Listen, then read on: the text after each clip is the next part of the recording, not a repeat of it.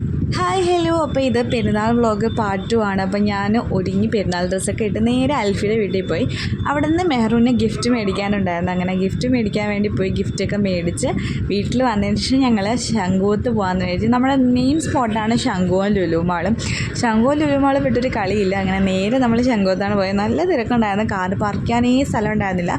പിന്നെ ഞാനും മെഹ്റുമായിട്ടൊക്കെ നടന്ന് പോകുന്നുണ്ട്.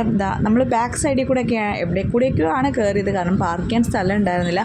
അത്രമാത്രം തിരക്കായിരുന്നു. അങ്ങോട്ടൊന്നും അടുക്കാൻ പോലും വരുന്നില്ല. പിന്നെ നമ്മൾ കുറച്ച് നേരം ഇരുന്നിട്ട് നമ്മൾ നേരെ ലുലുവിൽ വന്നപ്പോഴും സെയിം അവസ്ഥയാണ്.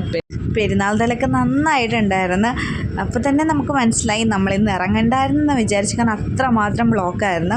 പിന്നെ നമ്മൾ ലുലുവിൽ പോയി ഒരു കേക്ക് മേടിച്ചിട്ടുണ്ടായിരുന്നു മെഹ്റിൻ്റെ ബർത്ത്ഡേ സെലിബ്രേറ്റ് ചെയ്യാനായിട്ട്. കുറേ നാളുകൊണ്ട് അവൾ പറയണം അവൾക്ക് പുറത്ത് പോയി സെലിബ്രേറ്റ് ചെയ്യണമെന്ന്.